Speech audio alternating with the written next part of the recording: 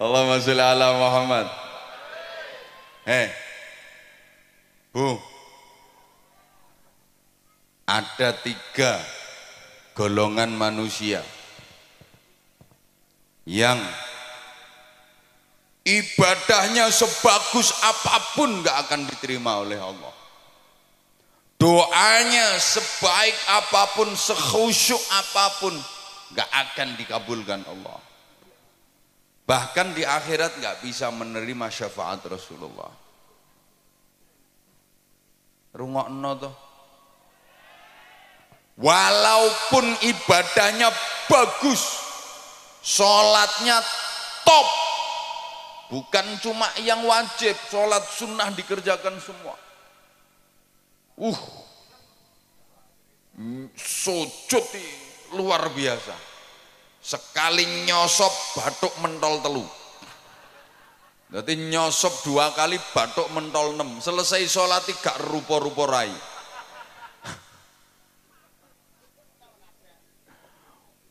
Poso bendino, sodakoh nyah-nyoh, zakat orang mufakat, wiridan sak dalan-dalan maca Quran yo turut ratan.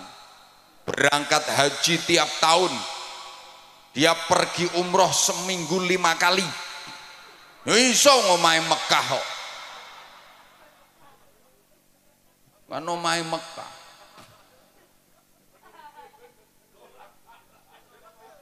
Wis tak pikir aku ngomong.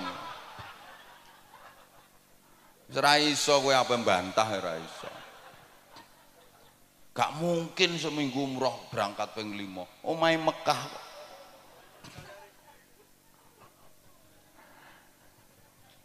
Kalau masuk 3 golongan manusia ini percuma.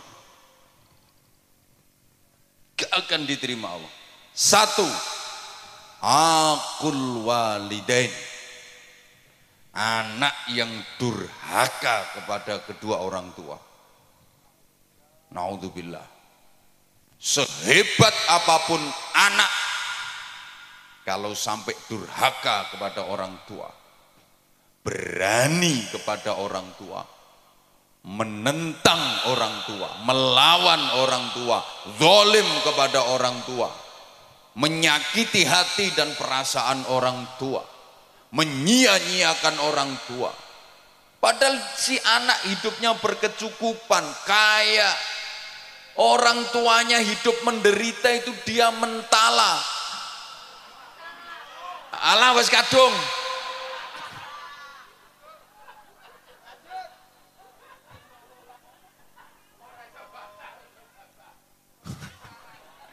Sing ceramah aku apa sampean? Lah iya.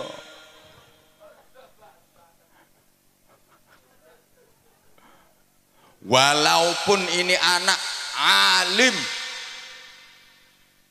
mangan kitab entek 2896. Ilmune sundul terop. Saking pintere sampai iso ngraji entut. Ngraji angin ini sak gampang, ngraji entut.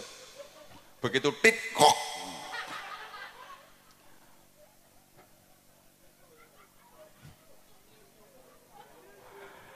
Kalau berani sama orang tua, menyakitkan orang tua, durhaka kepada orang tua, seluruh ibadahnya ditolak sama Allah. Doanya nggak akan dikabulkan oleh Allah.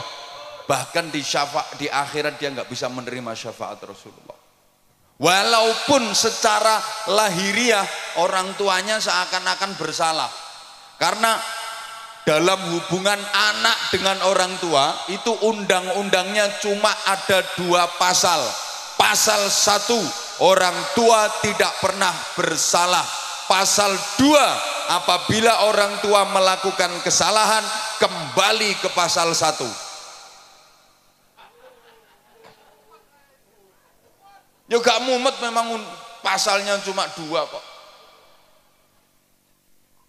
Jadi hubungan anak kepada orang tua itu pasalnya cuma 2 undang-undangnya. Pasal 1, orang tua tidak pernah bersalah. Pasal 2, apabila orang tua melakukan kesalahan, kembali ke pasal 1. Sehingga kalau sampai terjadi anak ribut sama orang tua, anak gegeran sama orang tua, demi Allah diapa-apa no sing salah anaknya. Ono sing mengikir ketara gak rukun kae.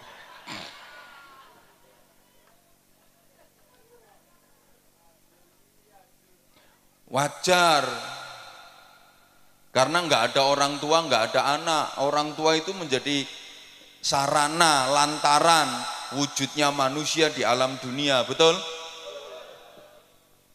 Boleh kene ono sing tanpa wong tua, jadi orang bejudus teko lemah, apa meletek teko watu. Maka saya di mana-mana katakan selamanya anak nggak mungkin bisa membalas budi kepada orang tua, nggak mungkin anak bisa membalas jasa orang tua, nggak mungkin bisa. Orang tua pernah gembol anak, anak nggak pernah gembol orang tua. Wong tua tahu ngeden ngetokno anak, anak gak tahu ngeden ngetokno wong tuane. Ngedene yang ngetokno gedang goreng. Loh, orang tua merawat anak itu lama dan ikhlas, nggak ada yang berharap imbalan. Nah, aku ngerumat kowe sampai selawe tahun, saiki kon wis dadi tentara. Ayo hitungan sedina aku njaluk upah 50.000. Nggak ada. Lah anak kalau merawat orang tua itu ya cuma sebentar, itu pun pamrih, sulit ikhlas. Kadang orang tuanya sakit itu, anak limo iso geger sak dulur. Sing ngramut ya sampean, oh sampean bagiannya paling akeh kok. Biasanya ngono kuwi lambe-lambe kudungan.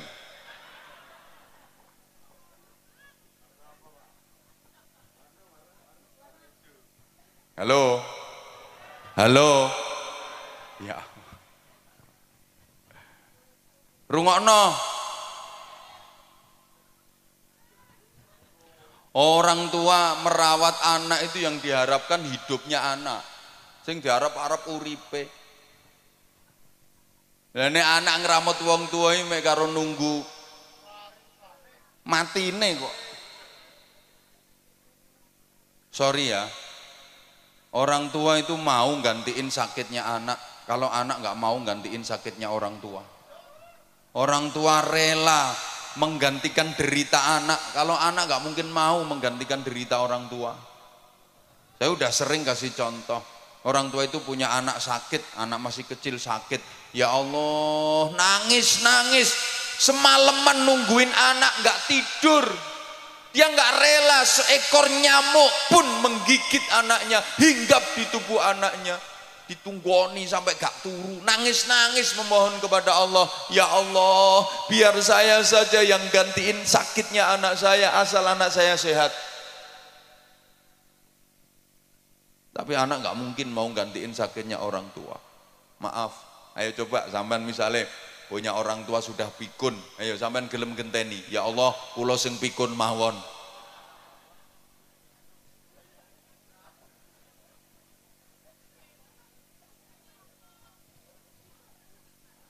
Orang tua tuh punya anak pilek, hidung tersumbat, sing nyumpeli yo umbel, ndak iso ambekan, diapakno? Disedot, dicucup, masya Allah, umbel ya dicucup. Ayo Bu, misalnya bapak sampean umbele meler,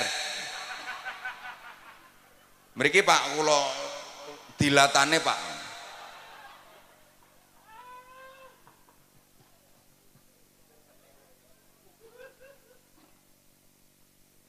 Lah orang tua itu siapa saja? Satu, abul jasad, orang tua kandung, ayah dan ibu kandung.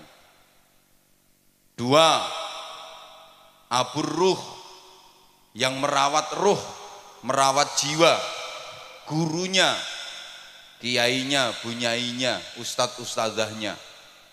Hukumnya sama orang tua. Kalau orang tua kandung itu yang merawat jasmani, kalau guru, kiai, bunyai itu yang merawat rohani. Iki dirungokno apa ora toh? Tiga, yang ngasih pasangan hidup, mertua, sama wajib dihormat. Bu,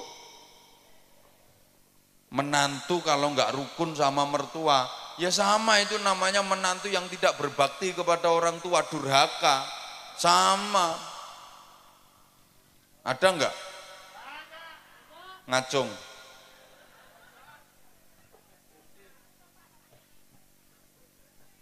Sing akeh mantu gak rukun karo maratuwa, iya mantu wedok. Kenapa? Mohon maaf, penting ini. Perempuan itu cenderung serakah.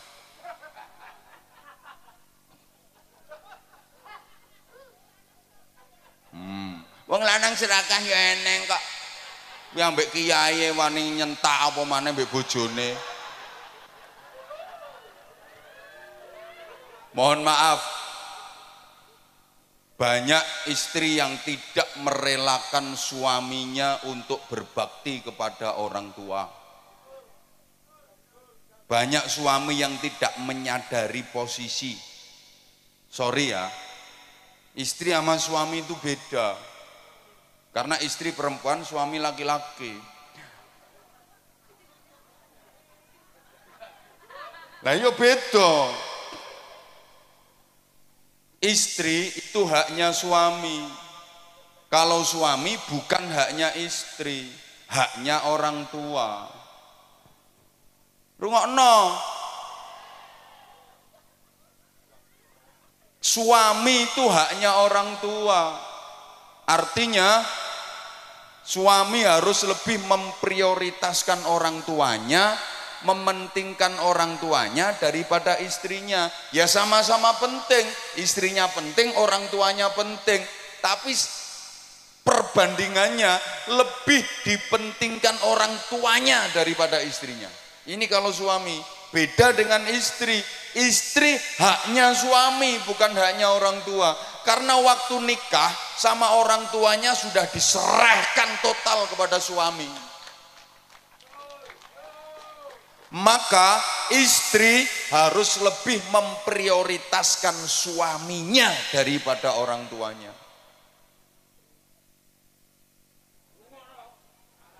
Kalau suami harus lebih mementingkan orang tuanya daripada istrinya. Lah ini yang suka nggak diterima oleh para istri. Suami mau berbakti kepada orang tuanya, dihalang-halangi oleh istrinya. Kadang suami mau ngasih duit ke ibunya, ini si istri ngamuk-ngamuk, diselidiki. Mbok kei pira makmu mau? Mbok kei pira? Makmu mau mbok kei pira? Ya kekno kabeh kono. Kekno kabeh.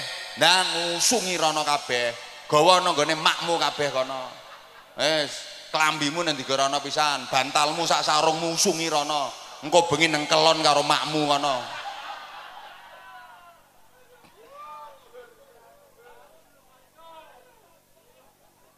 Suami mau berbakti kok dihalang-halangi. Bu,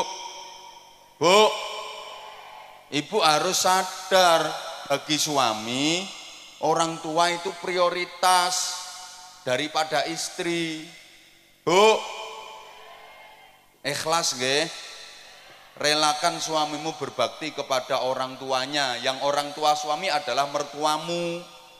Maka istri solehah, calon-calon bidadari surga itu adalah perempuan-perempuan yang mengikhlaskan, merelakan suaminya berbakti kepada orang tuanya. Suaminya lebih mementingkan orang tuanya daripada dirinya sendiri.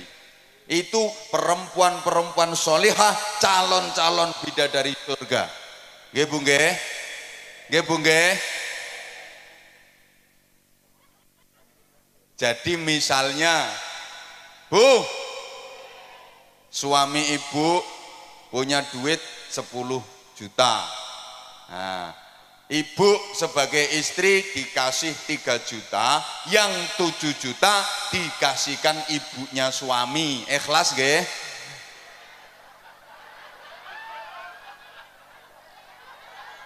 Ikhlas nggih?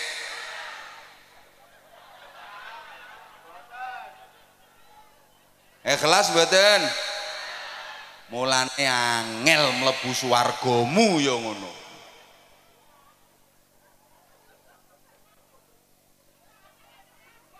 Loh, namanya lebih diprioritaskan ibunya daripada istrinya kok. Jadi nek bojomu kuwi ndek duit 1 juta, sampean sebagai istri dikasih 300.000, yang 700.000 dikasihkan ibunya suami, dikasihkan mertuamu. Ikhlas nggih?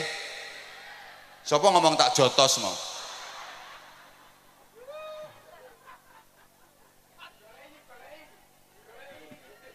Tak jotos dere.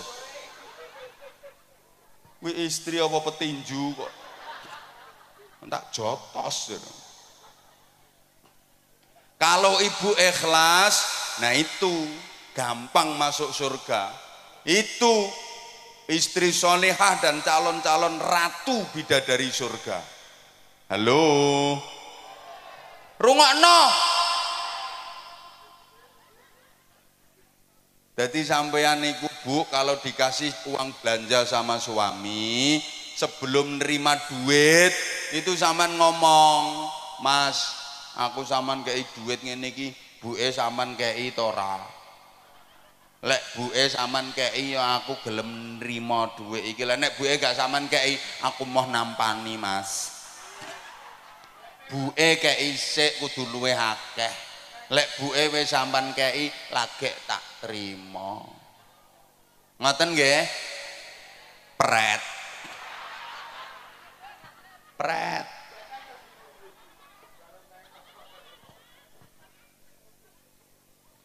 Jadi misalnya ibu dibeliin gelang sama suami, sebelum diterima tuh gelang ngomong, ya aku sampean tukono gelang ini iki, ibu sampean tukono apa ora? Lek ibu sampean tukono ya aku gelem. Lah nek ibu gak sampean tukono, aku mau nganggo ya, gak gelang-gelangan ra apa-apa. Penting ibu timbang aku. Ibu sing ngramut sampean, sengsara, rekoso mulai cilik gedhekno sampean, sorone ra karuan. Aku petuk sampean wis siap pakai. Aku gelem nganggo gelang iki, tapi ibu ya tukono gelang sing luwih gedhe. Ngoten Bu nggih? Alah ra trimo pret nek iki. Pret.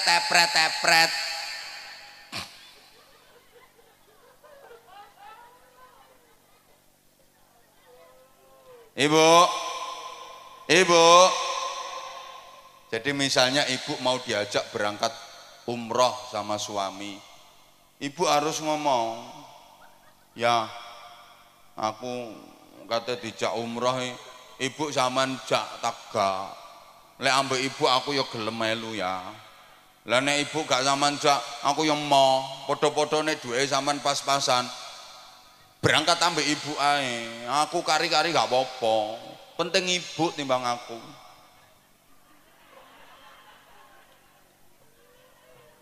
Bapak, sampean sebagai suami, Pak, kalau punya istri yang karakternya seperti itu, betul-betul lelaki beruntung di dunia ini. Beja-bejane wong lanang. Subhanallah.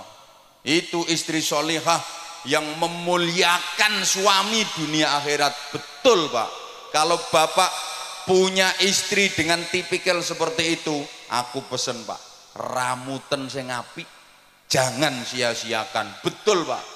Perempuan seperti itu Pak, sebelum mati jangan dikubur dulu.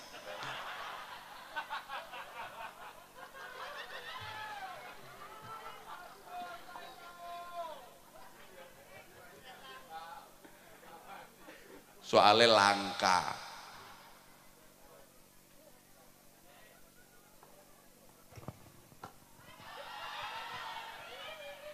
Lo udah 1,5 jam loh ini. Yang kedua, yang kedua, mahal yo gak melok urun kok. Yang ibadahnya pasti ditolak. Doanya nggak mungkin diijabah, dan di akhirat nggak bisa menerima syafaat Rasulullah adalah para istri menengo. Lu memang iya kok.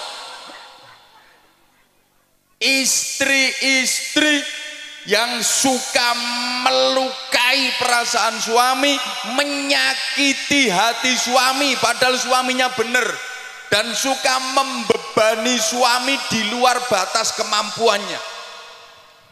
Tak baleni. Pengumuman.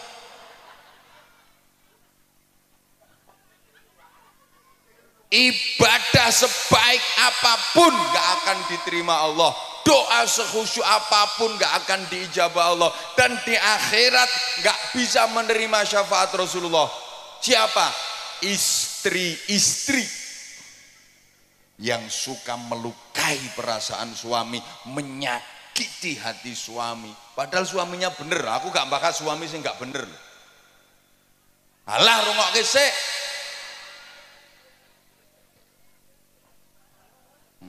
Ucul ya ben balon murah kok. Balon ucul geger ndangak kabeh. Tuku meneh 5.000 kok. Hah? Malah mek 3.000 gegerno pengajian. Halo. Bu, ini beneran loh, Bu. Rasulullah pernah cerita, besok di akhirat itu ada perempuan yang wujudnya enggak wujud manusia, bentuknya enggak bentuk manusia, tapi ndasnya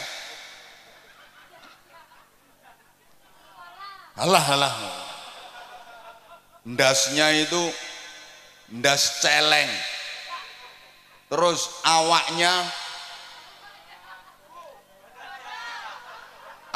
menengok lagi, awaknya awak khimar.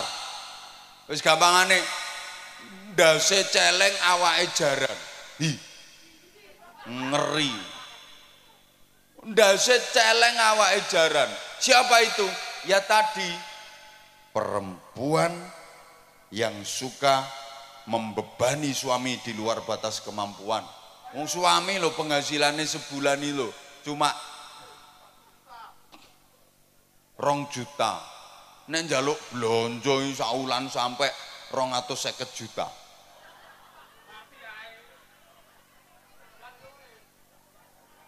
Misale perempuan yang suka melukai perasaan suami dan menyakiti hati suami, maka seperti itu akibatnya. Ibadahmu gak akan diterima Allah. Tiwas dawir lambemu lah, dikir macam-macam percuma. Doa gak diijabah, di akhirat gak bisa mendapat syafaat Rasulullah. Nah sekarang ganti, para suami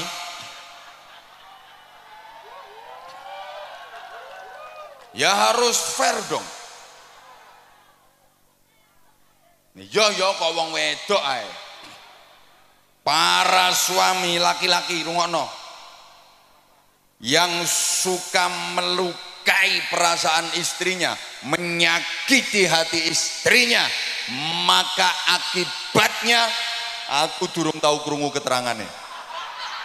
Saya belum pernah mendengar keterangannya. Jadi ya saya nggak pernah dengar dalilnya.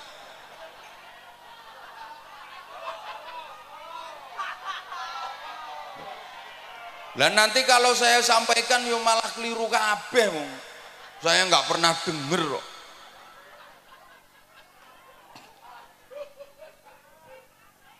Bagusnya perempuan itu nggak perlu ngerti dalil-dalil yang kayak gitu. Marake ngelama, ngelunjak, ingkrah ndase wong lanang. Lho wong istri itu lo nggak ngerti dalil lho, suami iso kalah.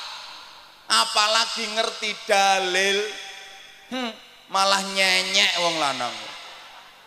Memang istri-istri itu nggak usah ngerti dalil-dalil kayak gitu, bahaya. Wong nggak ngerti dalil sing lanang kalah kok, pemane ngerti dalil. Mulane bro, sing urung rapi ya. Besok nek rapi golek wong itu sing goblok-goblok kae. Gampang dihapusi. Nek pinter-pinter gak iso ngendhalekno nyonyor kae.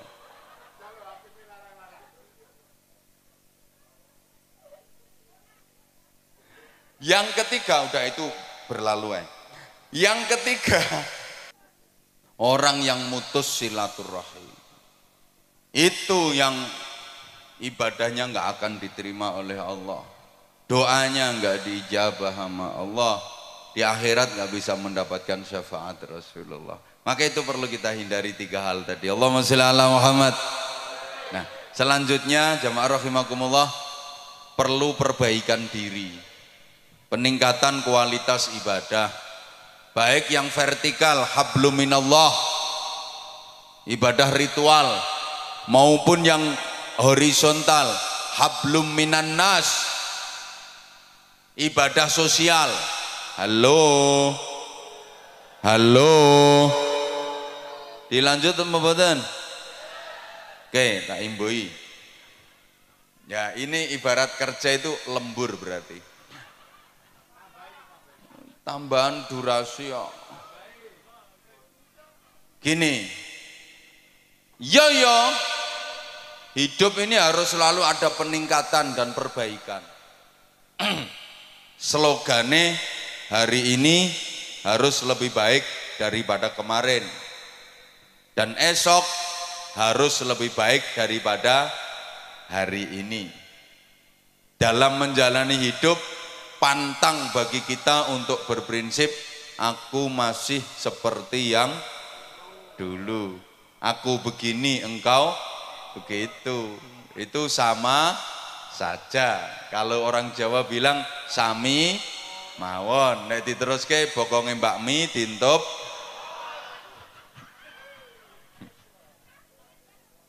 Harus ada dinamika ke arah hidup yang lebih baik. Ibu bapak jamaah rahimakumullah, pembangunan musola ini harus disertai dengan pembangunan manusianya. Iya, kita berharap mudah-mudahan musola, masjid-masjid yang ada itu benar-benar bisa menjadi laboratorium rohani, pembangunan mental spiritual. Negara kita itu punya jargon di lagu kebangsaan Indonesia Raya itu, bangunlah, bangunlah, ayo tobu. Pertama bangunlah jiwanya dulu, baru bangunlah untuk Indonesia. Bangunlah jiwanya. Pembangunan jiwa itu menjadi sangat penting.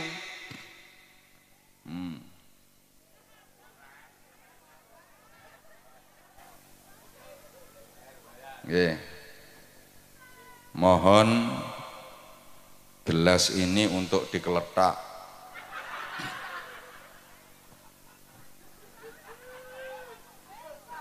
Untuk pembangunan sorban. Nggih. Iya. Nah itu juga termasuk bagian dari perbaikan. Nggih Bu nggih.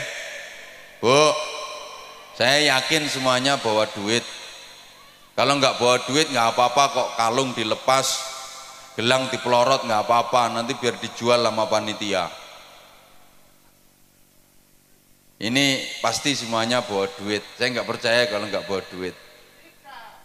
Ono yang 100.000, ada yang 50.000, 20.000, 10.000, 5.000, 2.000, 1.000. Nanti kira-kira yang disedekahkan berapa?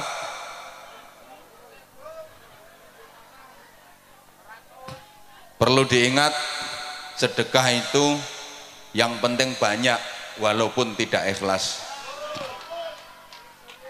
daripada ikhlas cuma sedikit. Tak baleni, lebih baik sedekah yang banyak walaupun tidak ikhlas daripada ikhlas tapi cuma sedikit. Kenapa? Saya berani bilang lebih baik sedekah banyak walaupun tidak ikhlas.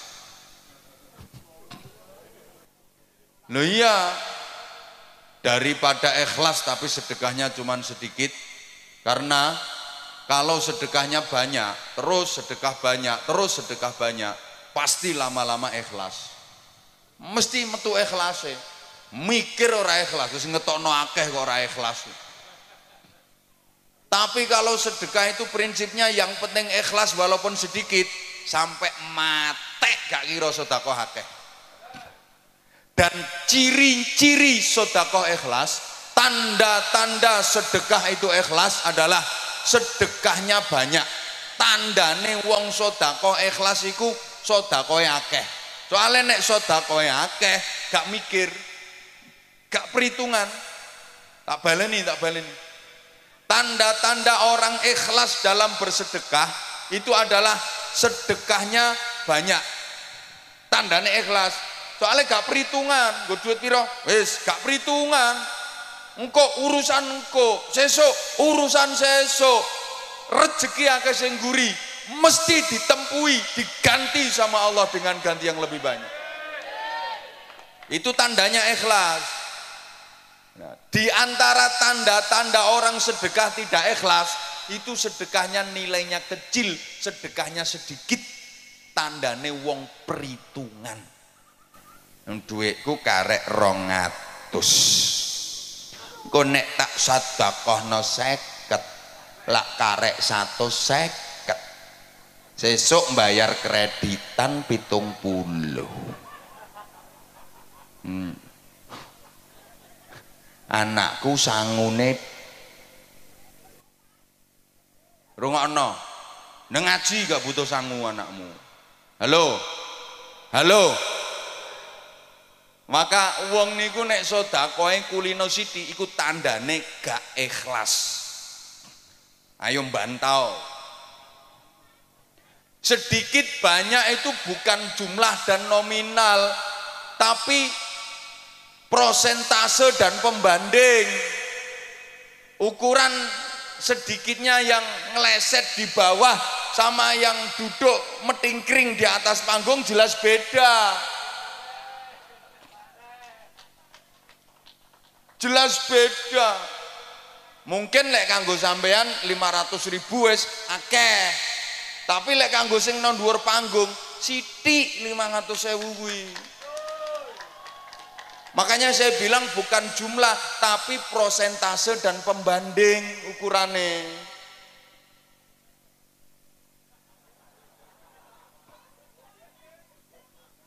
Lah iya, makanya kalau saya katakan di antara tanda ikhlas dalam bersedekah itu sedekah nominalnya banyak, nilainya banyak. Kuwi tandane ikhlas, karena dia nggak perhitungan. Tandane wong sedekah gak ikhlas itu sedekahnya sedikit karena dia perhitungan. Halo, orang yang beramal di dunia tanpa perhitungan, besok di akhirat Allah yo gak perhitungan, langsung dimasukkan surga sama Allah. Itu namanya masuk surga tanpa hisab. Tanpa hisab itu tanpa perhitungan. Siapa yang dimasukkan surga tanpa hisab, tanpa perhitungan? Ya orang-orang yang waktu di dunia amalnya tanpa perhitungan.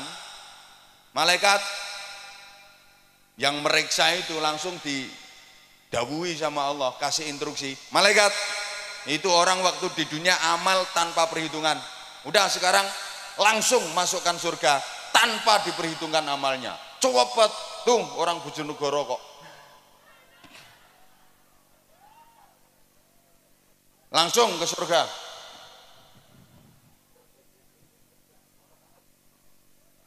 Halo. Lah kalau orang di dunia amalnya penuh perhitungan, besok di akhirat Allah juga penuh perhitungan. Dihitung dulu. Amal bagusnya ada berapa, amal jeleknya ada berapa. Lebih banyak mana? Tangannya untuk muter tasbih sama untuk kopek jarene. Lebih banyak mana itu? Diperhitungkan semuanya. Lama perhitungan itu. Paham nggih? Ada yang masuk surga bi ghairi hisab, tanpa hisab. itu artinya tanpa diperhitungkan amalnya. Orang-orang yang waktu di dunia melakukan amal tanpa perhitungan, besok di akhirat Allah memasukkan surga tanpa perhitungan. Tapi kalau amal di dunia diperhitung no, sok no akhirat awas diperhitung karo Gusti Allah.